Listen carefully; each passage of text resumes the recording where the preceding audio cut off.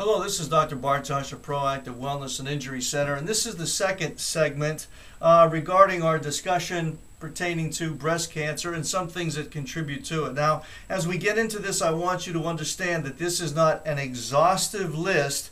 However, these are some of the things that we can consider major players.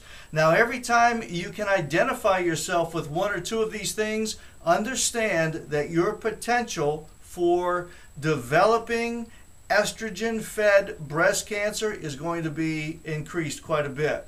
So, in our list here, we have phthalates, we have parabens, meats, and antibiotics. And I'm going to cover these here in a little bit. The phthalates and the parabens, those are chemicals that we get through the foods that we eat and the containers in which contain our food.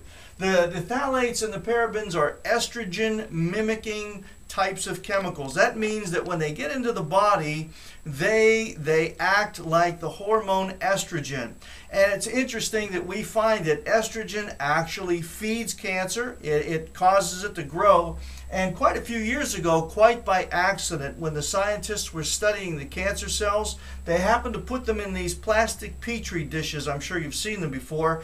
And what they discovered, quite by accident, was that the chemicals that were leaching out of the plastic petri dishes were actually causing the cancer cells to grow. So that's how we discovered that. But these chemicals are found in your plastic water bottles, your juice bottles, your exercise drinks bottles. They can be found in the plastic wrap that surrounds your foods. They can be emitted when you take a plastic bowl and you put your food in it and then you cook it in a microwave or heat it in a microwave.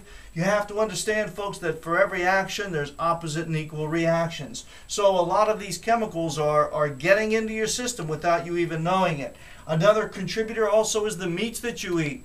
You know, a lot of people don't realize that before many of these animals go to slaughter, these companies will go ahead and feed these animals, or they'll put estrogen in the feed for these animals, because when they ingest the estrogen, what the estrogen does is it will cause the animal to increase its water intake, and it will hold on to that water. It will increase its water weight. So therefore, when they do go to slaughter, of course, that animal weighing more now gets more money for that company. And the last thing are antibiotics. Not the last thing, but the last thing in this list are antibiotics. You know, antibiotics in this country are doled out just like we do candy. And what people don't realize is that these antibiotics kill off the good bacteria that are in the bowels, the lactobacillus. And that's a general nomenclature for literally thousands of types, if not millions of types of bacteria in the body. However, when those are destroyed, it suppresses the immune system and it opens the door now. The body's defense mechanism has been reduced. It opens the door now for these cancer cells to just go over and take over. And you see these who are apparently healthy on the outside, these young women that are finding out that they're being diagnosed with breast cancer.